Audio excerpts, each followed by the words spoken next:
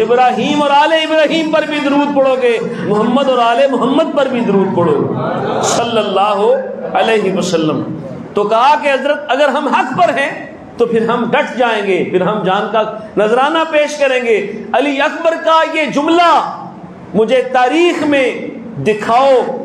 صبر کی ایسی داستان جسے پتا ہو کہ شہادت یقینی ہے، جسے پتا ہو کہ لوٹ کر نہیں آنا، جسے پتا ہو کہ بچے بھی ساتھ ہیں، بیویاں بھی ساتھ ہیں، سب کچھ پتا ہو، پھر بھی استقامت کا ڈٹا ہوا پہاڑ حضرت امام علی مقام کی شجاعت کا منہ بولتا ثبوت ہے۔ یہ تربیت مصطفیٰ کا اثر ہے کہ حسین کو پتہ بھی ہے، اس کے باوجود میدان کربلا کی طرف بڑھ رہے ہیں، اس لیے کہ نانا کے دین کی شان رہ جائے، دین کی آن رہ جائے، اس لیے بڑھ رہے ہیں۔ تو علی اکبر کا یہ جملہ یہ مجھے اس بات کو کہنے سے مجبور کر رہا ہے کہ حضرت علی اکبر گویا یوں بول رہے تھے جیسے کہ امام نے کہا، اس کا ثبوت دے دیا اکبر کی جنگ نے، اس کا ثبوت دے دیا اکبر کی جنگ نے،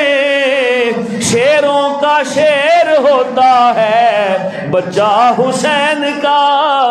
شیروں کا شیر ہوتا ہے بچہ حسین کا، حسینیت۔ تو یہ امام علی اکبر کا جملہ صبر اور استقامت کی داستان سنا رہا ہے۔ حاضرین عزیز وقار، آخری رات 10 محرم کی امام علی مقام، وقت میرے پاس تھوڑا ہے، چراغ بجھا دیا،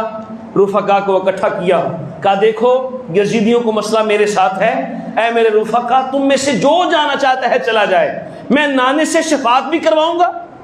نانا جان سے جام بھی کوثر کا پلواؤں گا، مجھے تم سے کوئی گلا نہیں، جو جانا چاہتا ہے چلا جائے۔ حضرت زہیر بجلی شابی رسول کھڑے ہوئے، غلام حسین کھڑے ہوئے، عرض کیا حضور یہ کیا بات ہوئی؟ اگر یہ زندگی عارضی نہ بھی ہوتی، طویل زندگی ہوتی، ہم نے اس زندگی کو چولہے میں ڈالا ہے جو حسین کے بغیر گزرے،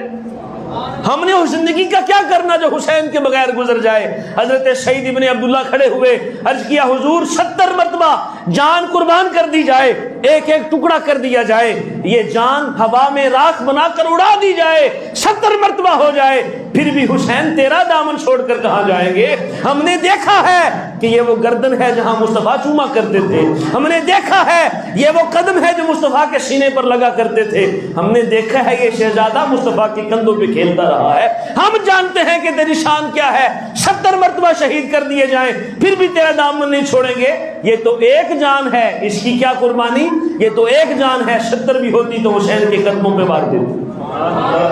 ایسے جان نثار رفقا،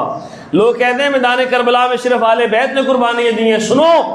آل بیت کی ٹوٹل قربانیاں 72%، لیکن ان میں سے 17 یا 19 افراد وہ تھے جو حضور کے خانوادے اور خاندان رسول تھا، باقی جتنے تھے وہ صحابی تھے یا صحابہ کے بچے تھے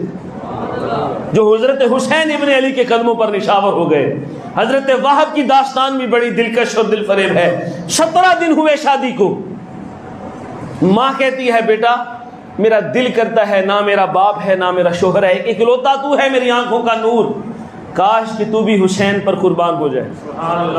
کاش کہ تو بھی حسین پر اپنی جان کا نذرانہ پیش کر دے۔ حضرت وہب نے بات مانی، ماں کا صابر بیٹا، ماں کا شاکر اور فرما بردار بیٹا نئی نویلی دلہن کے پاس پہنچا، پیغام دیا ماں یہ چاہتی ہے حسین پر قربان ہو جاؤں، بتا تیرا کیا مسئلہ ہے، تو کیا چاہتی ہے؟ اس نے کہا بس جائیے میرے سر کے تاج، آپ جائیے، کل قیامت کے دن جب بیویاں حشر کے دن فلاں فلاں آوازوں سے پکاری جائیں گے، نمازی کی بیوی، یہ حاجی کی بیوی، میں فخر محسوس کروں گی کہ قیامت کے دن مجھے یہ کہہ کر پکارا جائے گا یہ وہ شہید کی بیوی ہے جس شہید نے حضرت حسین پہ اپنی جان کا نذرانہ پیش کر دیا۔ حضرت وہب اجازت لے کر اپنی بیوی سے نکلنے لگے تو بیوی نے